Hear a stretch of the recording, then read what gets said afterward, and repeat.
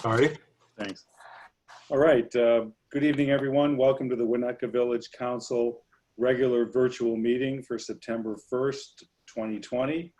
I'd like to call the meeting to order. Ask that everybody either turn off or mute your electronic devices.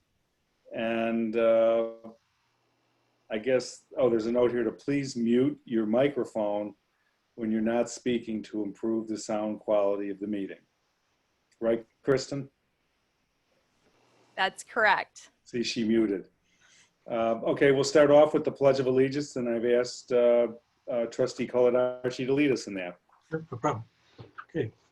I pledge Pledge allegiance allegiance to the to the flag flag of the of United the United States States of of America America and to the and to the republic republic for which it for which stands, it stands, one nation, one nation, under God, under God, indivisible, indivisible, with with liberty liberty and and justice justice for all. for all. Thank you, Jack. Sure. All right, item number 3, quorum. Rob or Kristen, do you want to check quorums for the upcoming meetings? Sure. For the month of September, we have the September 8th study session and the 15th regular meeting. Do those dates in September look okay for everybody? John? September 8th is not for sure for me yet. I might have another city meeting I have to go to. Okay. Anybody else on September? Good. Okay. And then the first meeting in October is October 6th. Are those going to be virtual or? We're planning virtual at this time. Yes. Okay, great. Okay. Good. Thank you. I'm good. If you end up with any conflicts, just let us know. Okay, super. Great. Okay, item number 4, public comment.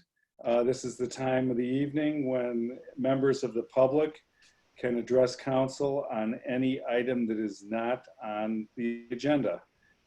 Kristen will check in with any non-agenda related people and see if we have any public comments or if we've received any emails.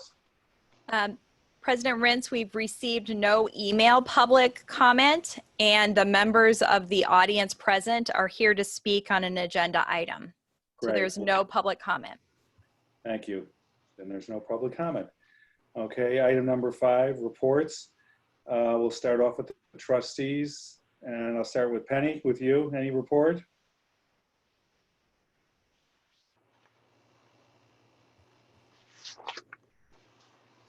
My screen is frozen. You're back. Yeah, no, I have nothing. Okay.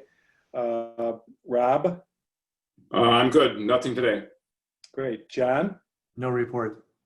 Andy? No report. Jack? No report. And Bob? No report, Chris. Okay, thank you. Okay, we'll move forward with approval of the agenda.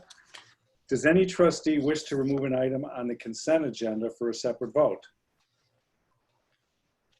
Seeing none, may I have a motion to approve the final form of the agenda? So moved. So, second? Roll call vote?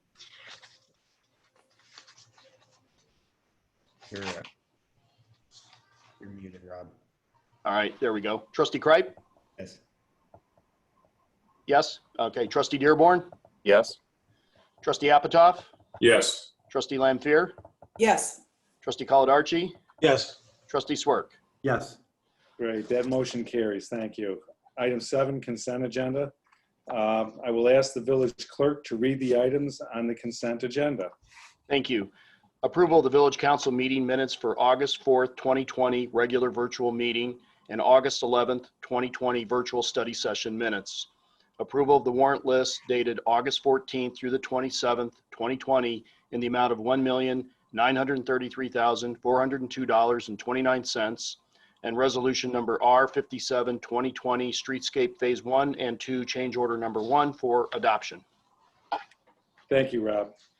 Okay, may I have a motion to approve the consent agenda by omnibus vote? So moved? second, Roll call vote, please. Trustee Dearborn? Yes. Trustee Swerk? Yes. Trustee Lampier? yes, Trustee Apatow? Yes. Trustee Kripe? Yes. Trustee Coladarchi? Yes. That motion carries. Thank you.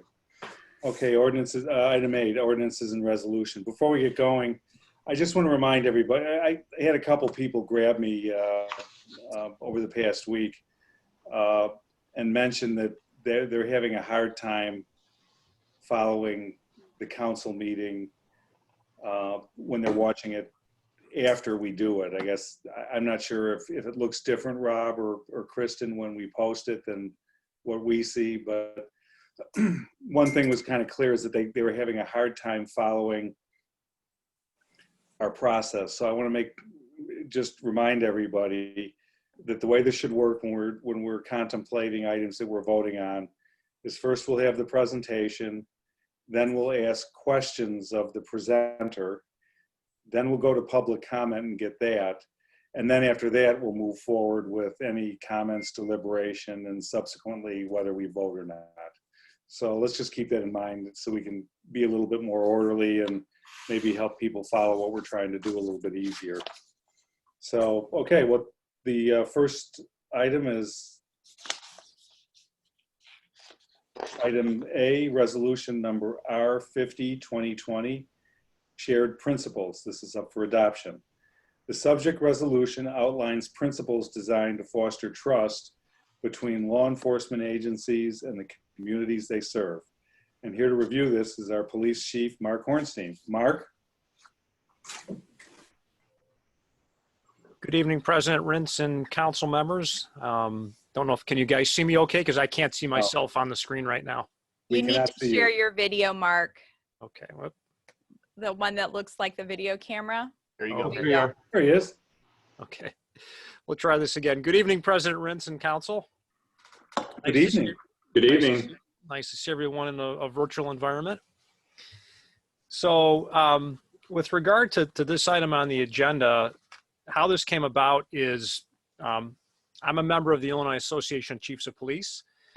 And in 2018, the Illinois Chiefs had gotten together with the Illinois chapter of the NAACP and engaged in conversations and dialogue about, what could be done to help improve relationships between law enforcement and the communities that they serve. They had quite a bit of dialogue, ultimately agreeing upon 10 different shared principles that they ended up passing a resolution on and had a ceremony in Springfield.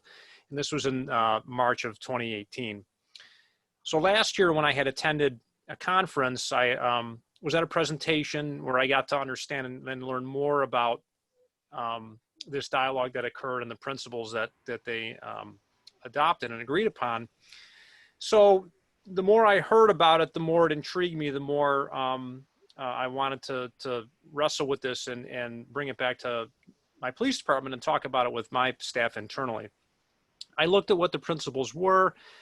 I compared those to the policies and practices that we already have in place. And I didn't really see anything that was incongruent or inconsistent with what we already do now as a professional police organization. My staff agreed with it. And this was actually something that we were looking at probably trying to do even earlier this year. But of course, the pandemic hit and here we are and everything's kind of been sort of pushed down the road. But having said that, this is not something new. This is something I've been looking at for a while. And I really like it. I've had meetings with officers and the whole command staff, obviously, to talk about it, to get people's input on my end of it, make sure there wasn't anything I was missing or any concerns or questions that any of my folks would have internally. And I've gotten positive feedback and a very consistent message from my own people saying, we already do these things consistently. So what I like about it, by formalizing and adopting these principles, is I think it reaffirms our commitment to the professional policing that we have engaged in for so many years and continue to do so. It continues to push us and remind us of the need to continually set high standards and meet those standards, look for new ways to be innovative, continuing to be an example for other police organizations to follow. So I feel real good about supporting this and promoting it and letting people, not just, of course, the people in our community are so supportive of us, have been so wonderful to us, and I'm so grateful for that. But it's important also to know that many times we're serving people who are not residents, who come into the community and still require the services of the Winnetka Police Department. And adopting these principles, I think, really helps give us further message and affirmation to people who may not be aware of the reputation that we have. So, with that in mind, just a little more background is, last number I had was there were 231 departments in Illinois that have adopted this. So there's a lot of organizations that are embracing it, and I see it as a good fit for our organization. So I had signed off on this administratively July 1, but I think it helps really send an even stronger commitment to our folks in the department, our officers, and the community in general by getting affirmation and support of the council. So that's why I'm here tonight, simply seeking your support to reaffirm the department's adoption of these principles. This is not a new way of doing policing. It is not a new way of writing new policy or how we're going to change anything we do, other than just the affirmation and commitment to continually get better and better as an organization. So with that, I'll be happy to answer any questions that you might have. Great. Any questions for Mark?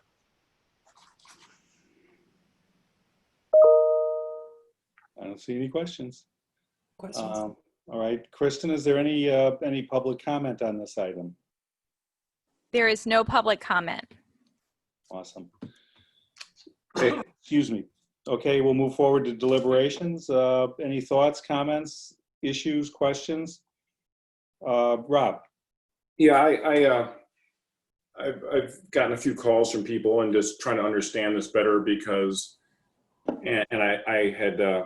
I'm kind of reassured that this is really the way we do business. And I've lived in this town for the best part of over 35 years. I've also been, I've been lucky enough to live in other wonderful towns like the Main Line in Philadelphia, Pacific Palisades in California, Ladue in St. Louis. And, throughout its history, the Winnetka Police Department has operated with forward-thinking principles of fairness, equality, dignity, and respect for all persons that I've had to deal with. And that's even when I got a ticket. They were still nice about it. But I guess I want to make sure the department knows, as we looked at this department and since I've been a trustee, that I've watched them engage in ongoing best training practices. They've invested in the community and work with the community and the schools.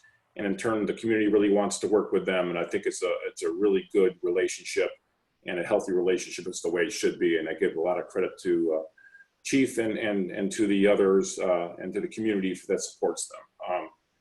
But I want to make, and I think that is, I appreciate Chief Hornsby talking about that the shared principles of the ILACP and the NAACP that he adopted earlier this year, that is just truly an affirmation of our longstanding principles already practiced by the Village of Winnetka. So to hear that from him is very reassuring, and the police should know how much we support them in their role. Thanks, Rob. Anybody else? Thanks for the good work. Yeah. I completely support what Rob said so well. I'm thrilled that we have Chief Hornstein, who has worked hard over the years to develop a lot of relationships within the community. And it's just been so great to see how hard the department has worked over the last several years to really establish great relationships within the community. And I know they also work really hard in terms of establishing good relationships with people who visit the community. And, the effectiveness of policing depends upon the trust that people have in the organization. And I think it's really great that they have done such a great job in some difficult circumstances recently, and, establishing a reputation for fairness and for, doing the right thing and being about people and humanity. And I can't thank them enough, and the leadership in the village that has supported that and encouraged that. So thanks again, and thank you for establishing these principles, because I think it's really helpful for the greater metropolitan area to understand that we're in contact with this, and we're all about that. So I think that will really help the goal of the police department in the long run. So thanks a ton. Great, thanks, Penny. Anybody else? I was just going to say, thank you so much, Chief. I really appreciate, all that you guys do, but it's so great to see you thinking about these issues, being proactive and engaging with the community. That's just the best kind of policing is, at the community level. And just, I'm very proud to be able to work with you and your whole team. So thank you. So, yeah, John. Yeah, I'm glad to hear that. Obviously the police department's been active on this topic for many years and kind of their standard of procedures, and a great way to have the village council put this into resolution. Thanks. Go ahead. I've never heard a bad thing about the Winnetka Police Department since I was a kid and they were hassling my friends, but Never you, though. no, I ran too fast. But I mean, the residents are never critical. Even the ones getting tickets are like, no, the guy was nice, he was right. But so Chief, what you guys are doing over there is working, and I think this, I'm glad to have our resolution support what you're engaged in. I think it's a great thing to do. So thank you again for your work.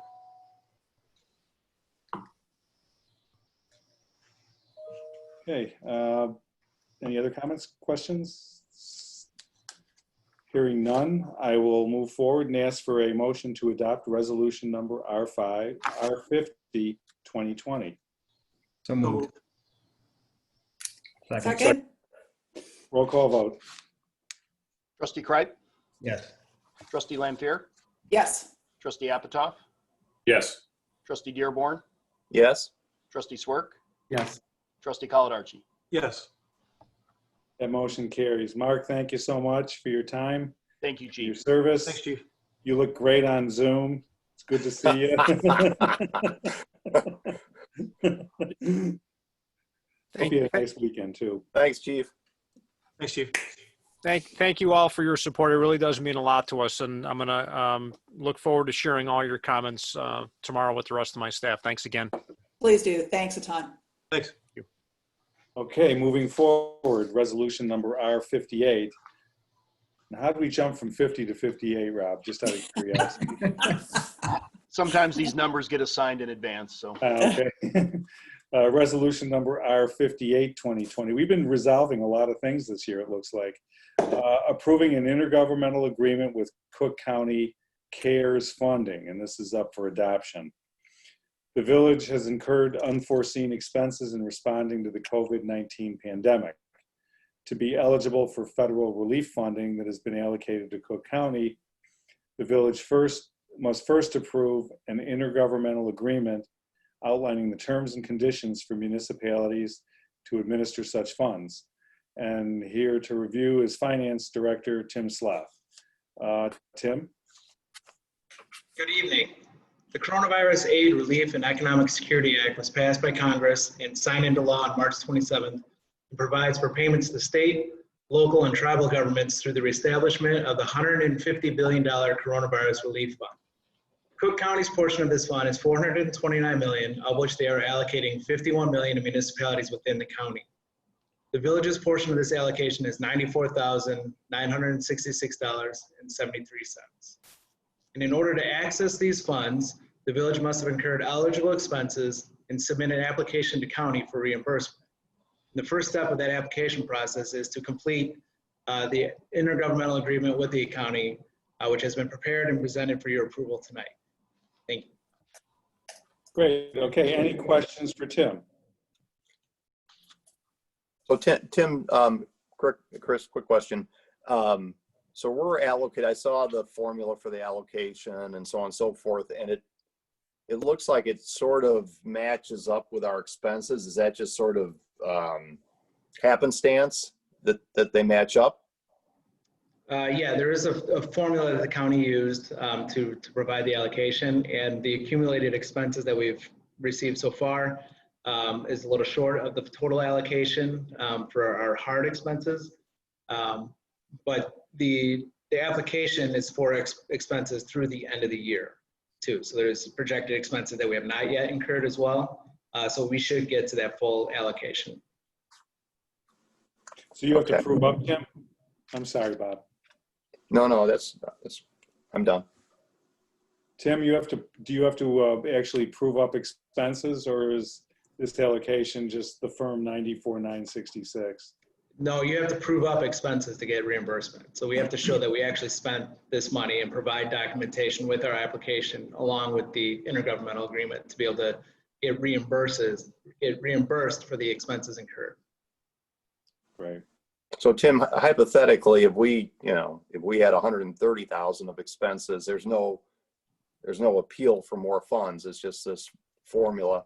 I mean, I look at 51 million. I mean, we got 94,000, and I see why. I mean, I understand the formula. But if we had incurred significantly more expenses, there would be no appeal for more funds. Is that basically correct?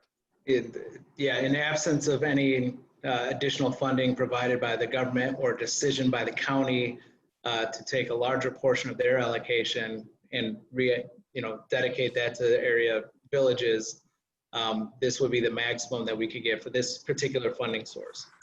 We are also looking at the FEMA program, the public assistance program as well. So costs that, they're both federal programs, so you can't submit the same expenses for reimbursement to each program. So we would submit different expenses to the FEMA program if those are above this allocation.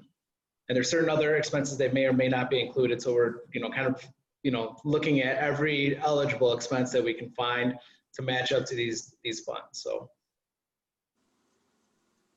Gotcha. Other questions? Seeing none. Kristen, do we have any public comment on this item? No public comment. Great, thank you.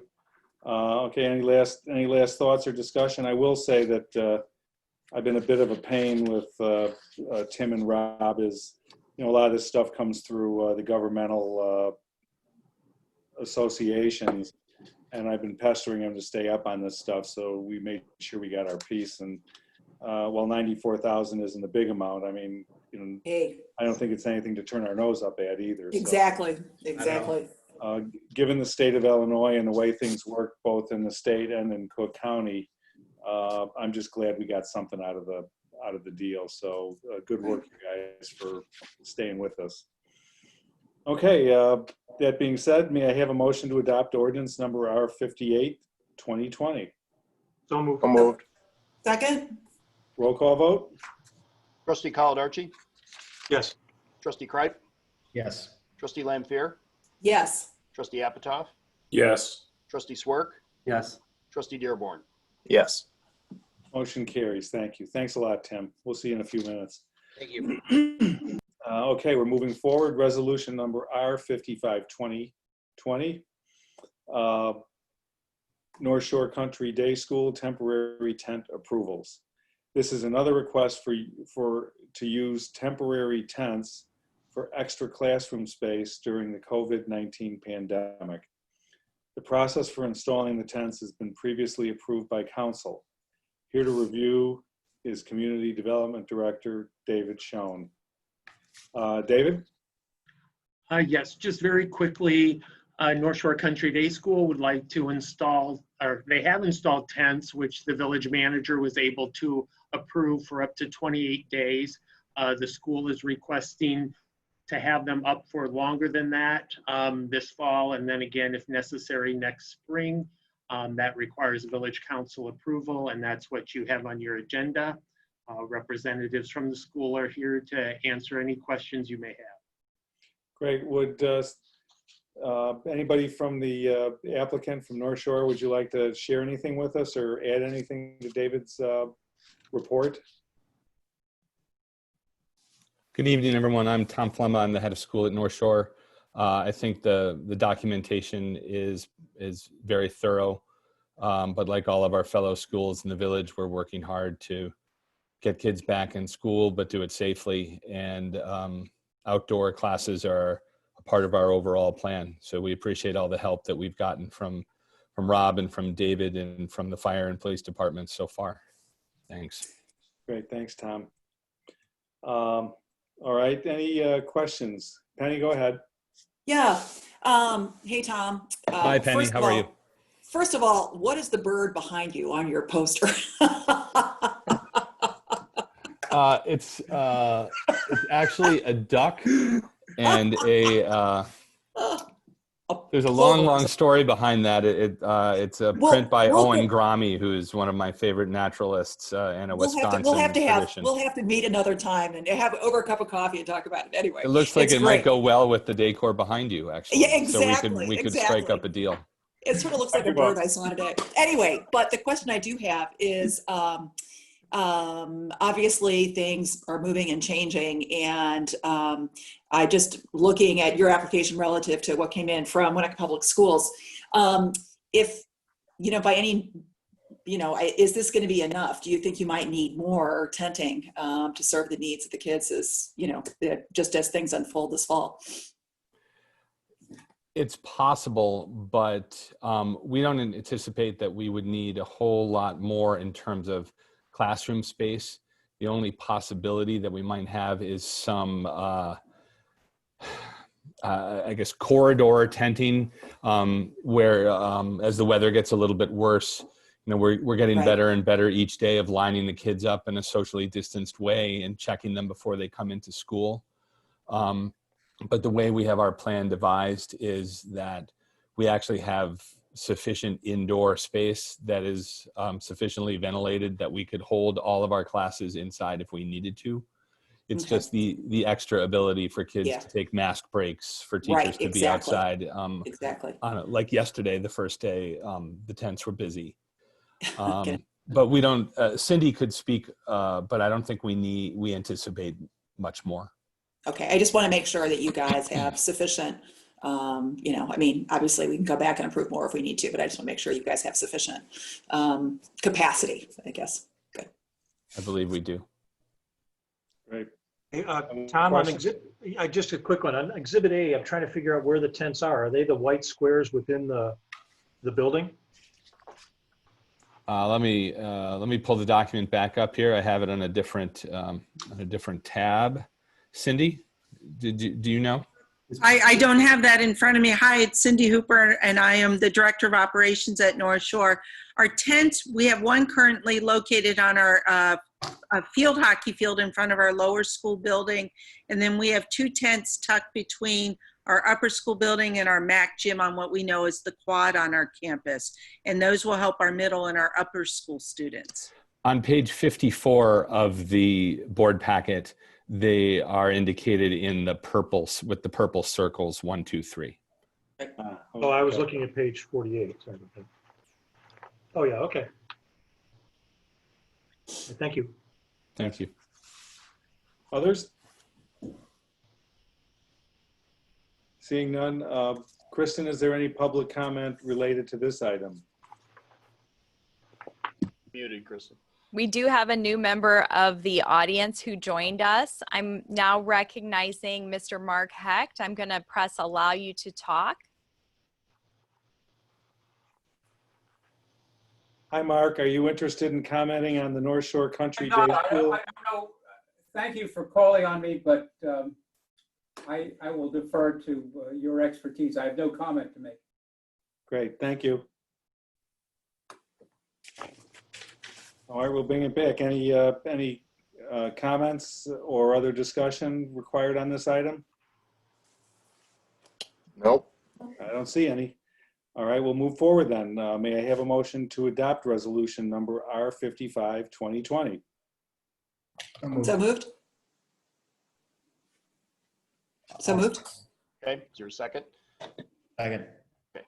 Got a second from Andy. Okay. Okay. Roll call vote. Yes. Trustee Lampier. Yes. Trustee Kreid. Yes. Trustee Swerk. Yes. Trustee Coladarchi. Yes. Trustee Dearborn. Yes. Trustee Apatow. Yes. That motion carries. Thank you.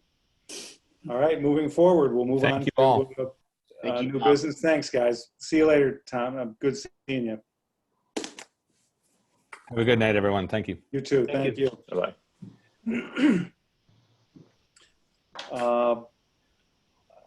New business, item A, COVID-19 financial update. I have to say that all of this stuff is almost surreal as we keep talking about it. I mean, you know, tents and school buildings and ugh. It all seems like just some weird nightmare. But anyway, moving on with this item, the 2020 budget has been impacted by COVID-19 pandemic.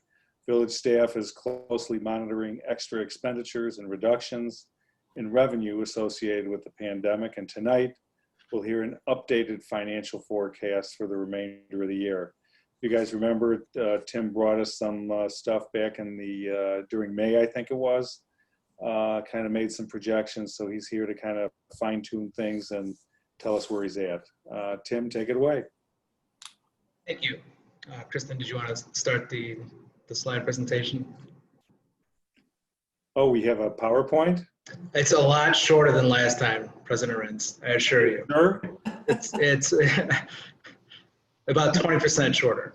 Bob, you didn't tell me about this. That was a solid choice, it turns out. Right. I think he means 80% shorter, Rob, right? Not Yeah. 20% shorter. I do mean 80%, yes. I'm sorry. Excuse me, my brain leaks out of my head. Okay. Go ahead, Tim, I'm sorry. All right. Next slide. Okay, so thank you again. It's been 3 months since I last presented on the subject. And for tonight's update, I prepared a brief PowerPoint, as I mentioned, and we'll present on the current state of the village's finances, including an update on the status of our financial response. In addition to that, I'm also looking for feedback as it relates to 2 policy considerations as we move forward and begin planning for next year. Next slide. So for purposes of this presentation, any year-to-date financial information that I review is as of July 31st. So a full 3 months have passed since my presentation last May, where I presented financial information through April 30th. As anticipated last May, the direct expenses related to COVID-19 for items such as PPE, sanitation supplies, communications, and technology have largely been manageable. So as of July 31st, the village has spent $80,398.99 on these types of direct additional expenses. As noted earlier in the meeting, we are seeking various reimbursement opportunities for these expenses through the CARES funding that was just approved, and also FEMA public assistance for these expenses as well. On the revenue side, since last presenting in May, my projection for revenues for the year has improved. Where we were projecting a shortfall of revenue of $3.9 million across all funds, I am now projecting a shortfall of approximately $3 million. Key revenue sources in the general fund, such as permits, sales tax, and LGDF funds, while recessed, have held up better than anticipated. This has offset some of the revenue categories that have performed a little worse than expected, such as parking fees. For the utility funds, as of July 31st, the utility funds are still projecting short of budget, but with the hot summer, the gap is definitely closing. And additionally, we're seeing much improved numbers in the pension funds, which are benefiting greatly from the strong market. As of today, all 3 major indices, the Dow, S&P 500, and the NASDAQ, are all officially up for the year at this point. So given the improved financial picture, the action we took last May in the form of $3.9 million in identified budget cuts is more than sufficient at this point. So we are recommending no further action at this time. Slide. So moving on to the 2021 annual budget, the 2 policy considerations. As we're putting together the budget and capital plan for 2021, our first policy consideration that we bring forward is, should the village hold the property tax levy flat for the 7th year in a row? On this slide, I show a summary of the village's current tax levy, along with what the proposed levy would look like, only capturing new growth. So as we know, the village is a home rule unit of government, and has consistently lived within the means of the tax cap. And in fact, we actually go beyond the levels of the tax cap. So for 7 years in a row, we've held the levy flat, only capturing the new growth. New growth this year is 0.76%, or 114,361. But as you can see, the existing taxpayer increase would be flat for the year. Next slide. So for the second policy consideration is, should the village update our funding target assumptions to be consistent with the funding targets anticipated by the consolidated pension boards? Next slide. So in speaking of the consolidation, just a little update on the consolidation. As you know, it took effect on January 1st, 2020. It's mandatory consolidation. So both the police and fire, public safety fire pension investments will be consolidated into 2 new funds that are statewide funds. And while the exact details are still not fully known, we do hear that there is a target date of July 1st, 2021 to transfer our funds into the new funds.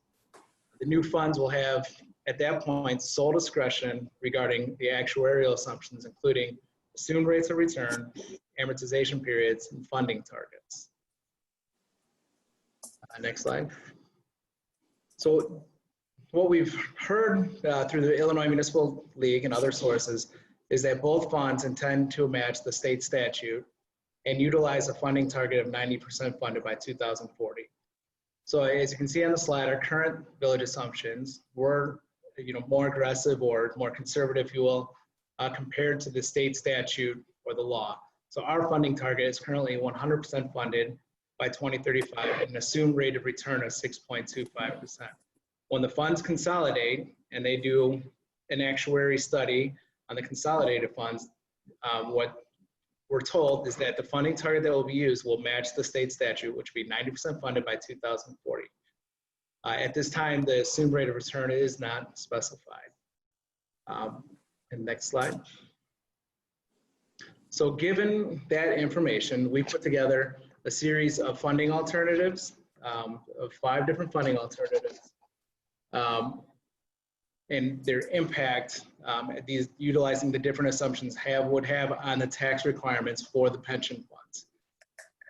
So alternative 1, this is the current village assumption. So that's the 6.25% interest rate, targeting 100% funded in 2035. Alternative 2 utilizes the village's current assumed rate of return, but matches the statute funding target. So this is what, keeping our assumed rate of return, because we don't know what that new assumed rate of return will be. But we do know that they are targeting 90% funded by 2040. Alternative 3 matches the statute funding targets at an increased rate of return, so a little less conservative than the village's, 6.75% return. Alternative 4 utilizes the IMRF assumed rate of return of 7.25%, but also utilizes the statute funding targets. And then alternative 5 is the full IMRF assumption. So the 7.25% assumed rate of return, utilizing a rolling 15-year amortization. So how IMRF does it, instead of targeting a specific date like we do, December 31st, 2040 or 2035, or the statute 2040, every year they reset that date to 15 years out, but are still targeting 100% funded.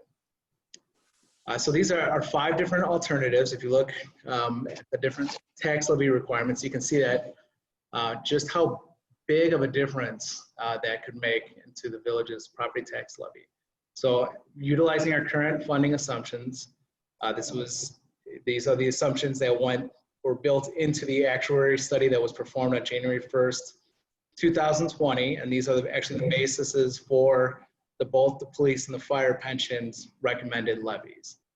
So that tax levy requirement for fire will be $1,991,435, and the police will be $1,848,602. So alternative 2, you can see the big reduction in the tax levy requirement. Alternative 3, it's an even bigger reduction. Alternative 4 has the statute funding requirements, and I guess this might be the rate that they ultimately land on, but that has not been determined. And then alternative 5 would require that the pension fund enact new legislation to actually change the statute funding amortization period. So these are the different alternatives laid out. So again, we're asking for council's direction on both the two policy considerations. So first, on whether to keep the property tax levy flat, and second, recommendation on which alternative to pursue for the tax levy for the pension funds. And the interest rate, the assumed interest rates seem aggressive. Are they based? How do, I know you may not have the answer for this, but how do they come up with such a, what looks to me to be a high interest rate assumption? Well, if you were to look at a 10-year average of performance, so like on our current assumption of the 6.25%, our funds have met that metric. If you were to pull IRMRF performance reports, you would see on a 10-year level the same thing, that they have actually exceeded their assumed rate of return. So at least on a 10-year look back, those interest rates, are appropriate for both of our funds. Wouldn't that be making an assumption that the past 10 years have been fairly positive for the stock market? Can we assume that going forward is going to happen? Well, you could never, assume prior performance is going to, carry forward for the next 10 years. But historically, these are in line. The assumed rate of return, the interest rate, the village can set, we can set that as part of the actuary study, but it does get looked into. There was a recent GASB where the auditors are required to look into the assumed rate of return and vet it out to make sure that we're not just, let's say we're just picking 15% so that all our numbers look great. So the auditors have to actually vet that out and make sure that our assumed rate of return is reasonable and can be reasonably achieved. Trustee Coladarchi, if you look on page 68 of the packet, you'll see the assumed rate of return for many of the communities on the North Shore, and you'll see that Winnetka is the lowest at 6.25%. Yeah, I guess I'm not so worried about the 6.25%. I just was, I keep seeing disaster coming in terms of the finances and stock market because everything's been so good for such a long time. I always figured, gee, there's got to be the yang to this yin. Yeah, but there's been some tougher years. I think one is Tim and I had discussed this. One, I think reasonable option for the council to consider is option number 2, which is essentially keeping our same conservative rate of return, but considering whether to migrate to the state funding targets that we expect the consolidated model, or we know the consolidated model will be utilizing. So we know that it'll happen next year, most likely mid-year. The question is whether we want to roll that into this year's tax levy. Is there, number 2 looked most sensible to me too, but is there any reason to pursue number 1? Number one is what we currently do. Right. Is there any reason for us to not go to 90% funded by 2040? Well, because let me give you a little history lesson, Jack. Back around 2012 or so, council at that time, there was a very strong movement.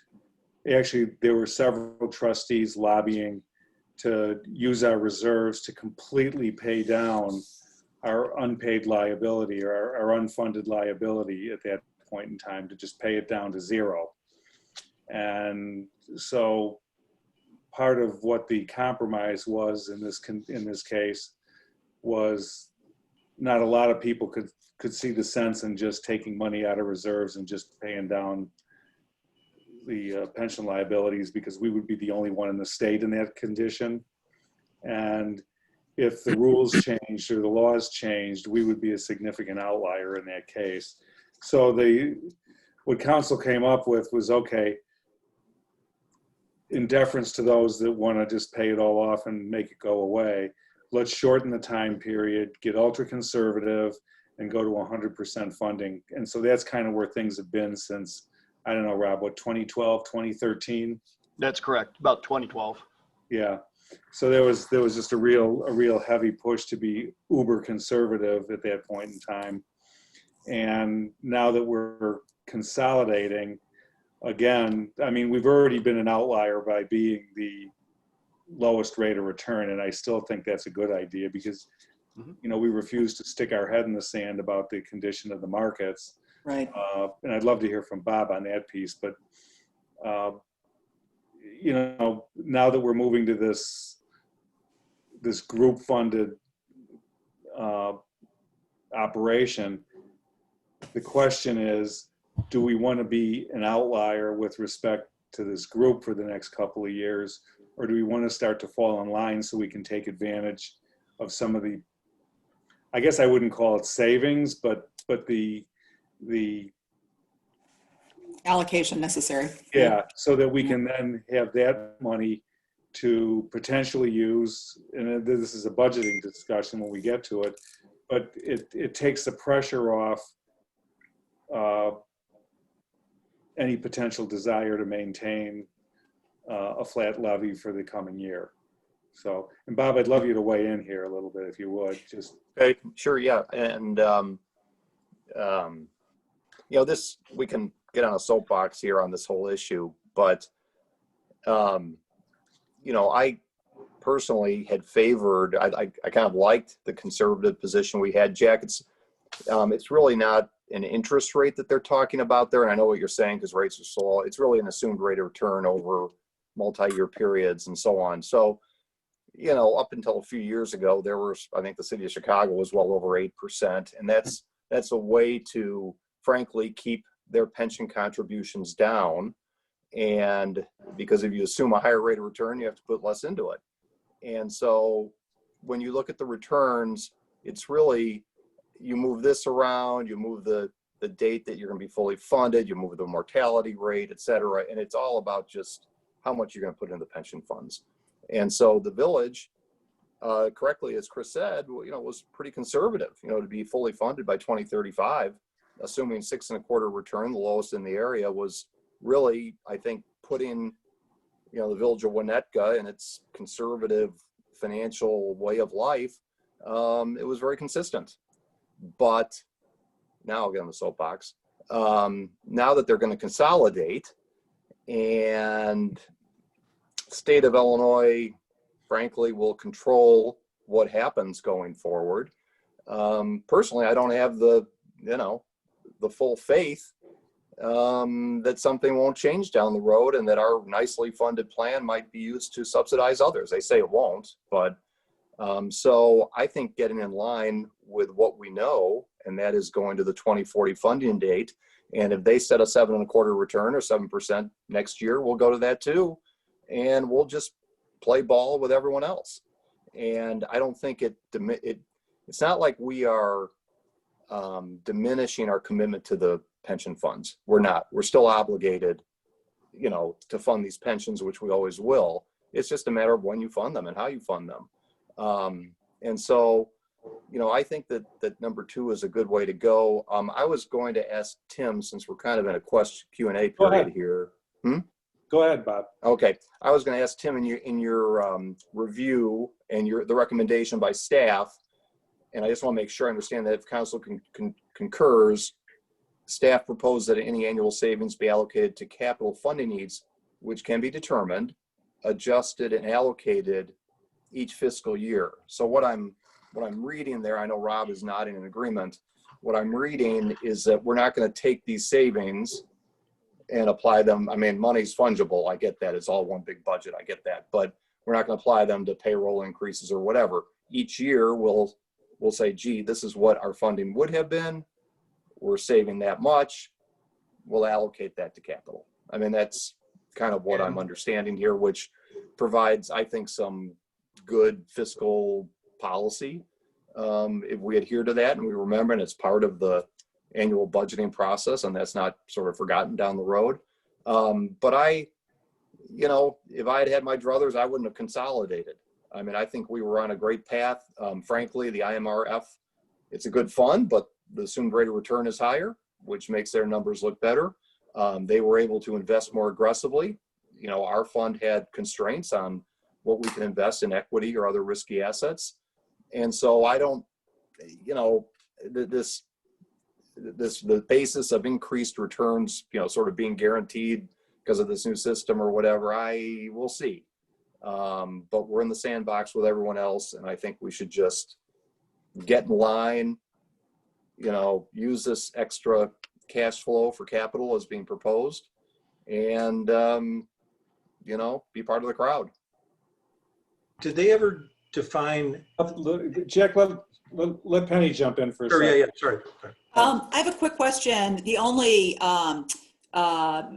caveat I would have, is there any, how do the rating agencies view this? Would there be any impact on our bond ratings with the change in policy?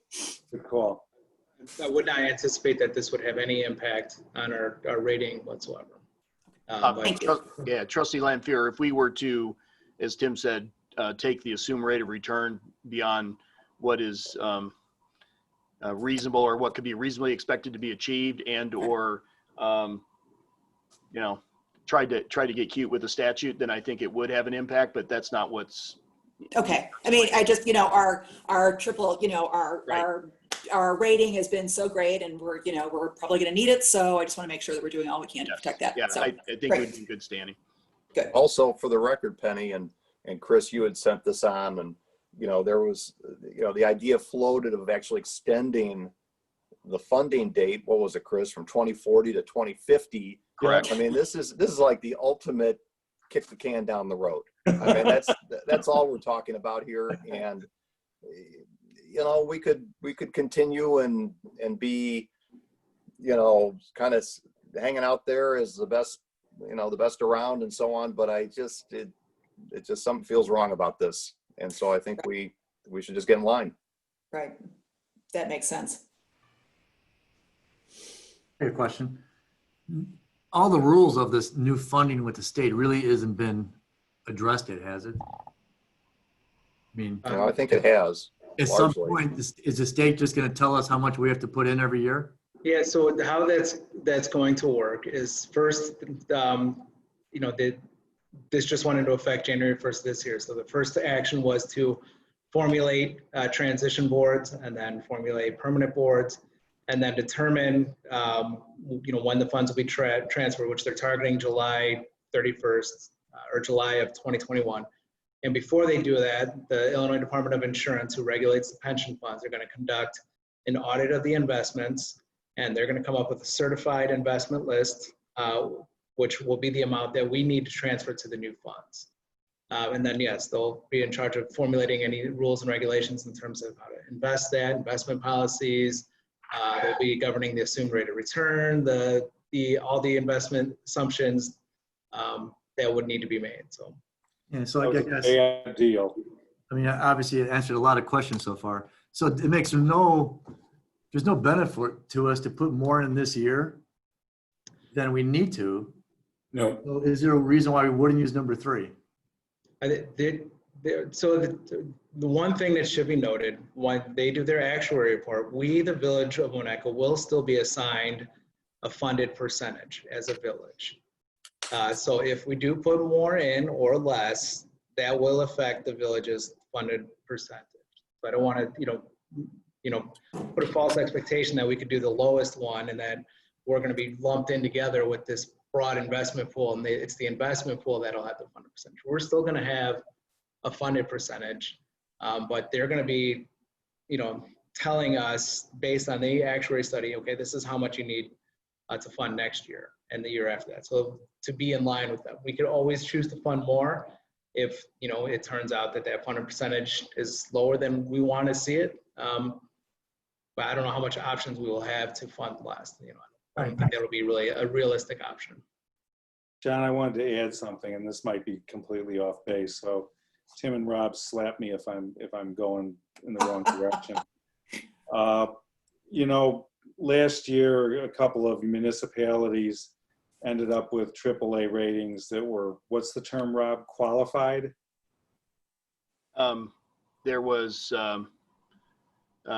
Tim, remind me, I think it was like a, conditioned on a watch in terms of performance. Yeah, They still there's- had the AAA rating, but there was some qualification to it, if I remember. Yeah. Yeah, and the Village of Winnetka is AAA stable.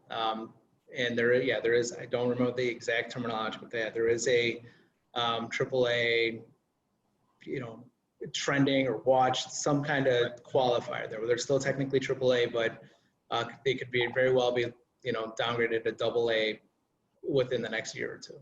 Yeah, and so the thing is that, certainly we're going into a cycle where we potentially are looking at borrowing a lot of money. We'll be talking about that next week and in greater depth.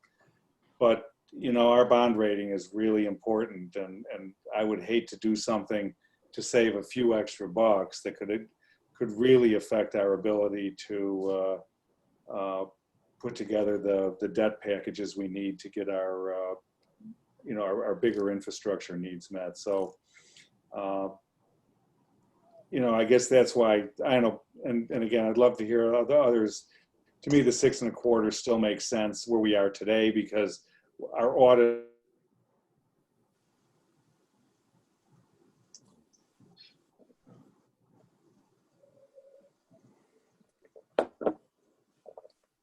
Budget aliens got him. Yeah. Yeah.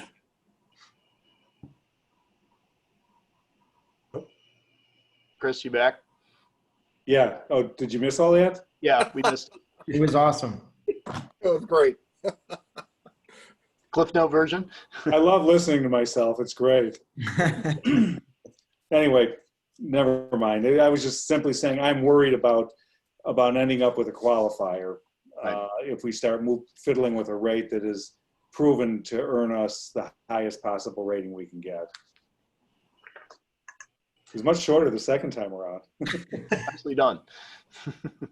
Andy, you're awful quiet over there. Yeah, so it's sort of easy for me. Yeah, let's keep it the levy flat. I like option number 2. If it turns out we put in a little bit too much this year, it makes it a little easier next year, right? If I'd rather be in that situation than, we put in a little too little this year and then we have a bigger bridge to cross next year than we really want. I had a question. One of the words that had been used about dealing with the funds, or when all the funds are consolidated, and I've been trying to find this word or where they used it in the description of how this consolidated fund will be managed, is they said the funds will be dealt with equitably. And the word equitably when dealing with funds is always nerve-wracking, because it makes it sound like it might seem equitable to take money out of our pockets and put them into pension plans that haven't been as well managed. Yeah. Does anyone know? Yeah, so it's consolidated for investment purposes only. We have our own individual account, as Tim described, and we'll get that actuarial determination. There's language in the legislation that says that, one fund isn't subsidizing another.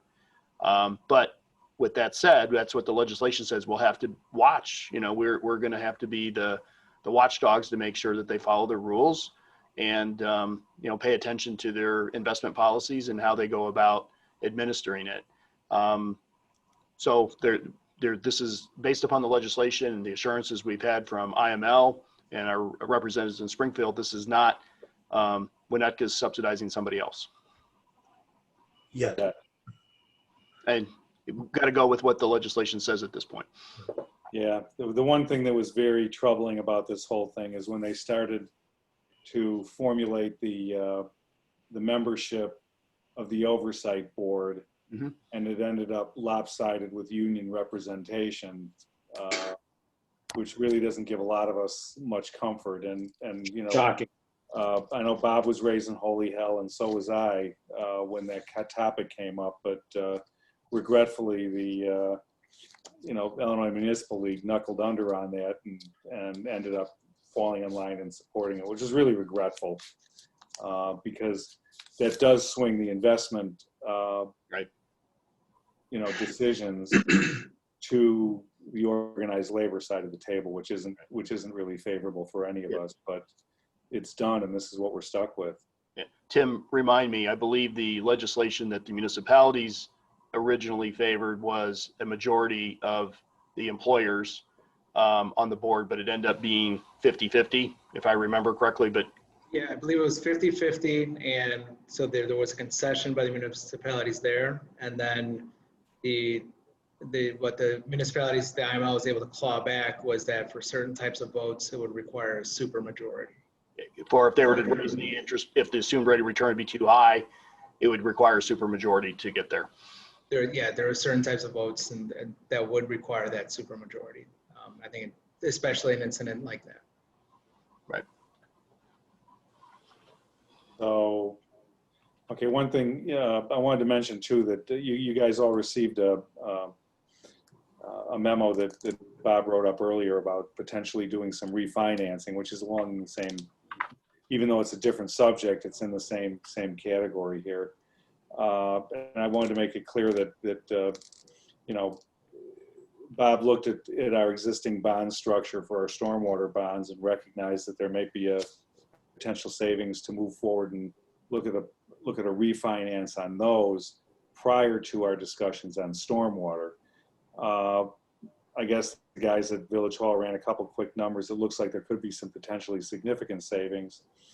And so what I asked him to do is to get our advisor from Spear Financial to put together all the documentation necessary for us to have a really in-depth discussion on how we approach that. And this ties into the whole bond rating thing too.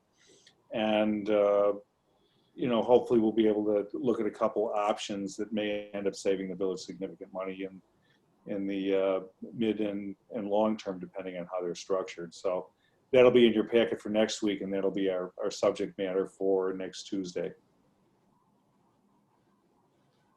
Thank you, Trustee Dearborn. My pleasure. So any other questions or comments here? I mean, is everybody okay with the flat levy Yes. Yeah, for Yes. lucky year number 7? I mean, at least as a starting point. I see a lot of yeses there. Good. Yep. And on the assumptions, I mean, I heard most people speaking to number 2. Is that a comfort zone most of us have? correct. Yes. Yes. The Yes, 6 here. quarter 2040 plan. Yeah. Yes. So Rob, does that give you what you guys need to start doing Yes. your thing in the background? I mean, as we're building the budgets now. It's really important, at least in terms of how we like to start, is making sure we get the revenues trended and loaded correctly. So these are 2 important revenue sources, and with that guidance, we can go forward and do our best to give you the best budget that we can. Yep. Before we kind of roll this out, I know it's Mark stuck around. Mark, is there anything you want to add to the conversation here? Kristen, did you want to promote him or let him speak or whatever it is you do? Hi, Mark. I'm going to ask to unmute, and you can grant that permission, unmute your microphone if you'd like to speak. No, thank you. I have no comment. I'm just listening. Thanks, Mark.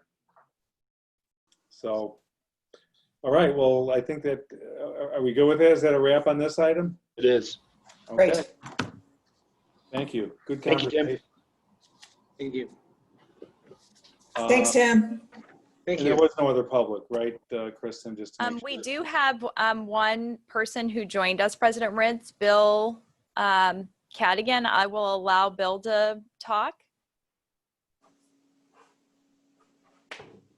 Bill, you can unmute yourself and speak if you'd like to.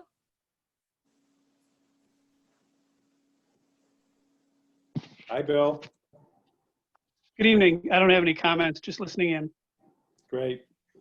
Well, welcome to the show. Thank you. Okay, with that being said, we'll move forward. Thanks, guys. Item 11, I have an appointment for this evening. I'd like to have a motion to appoint Kim Handler to the Plan Development Commission to finish the term of Wally Greenow. So moved? Second. Okay, roll call vote.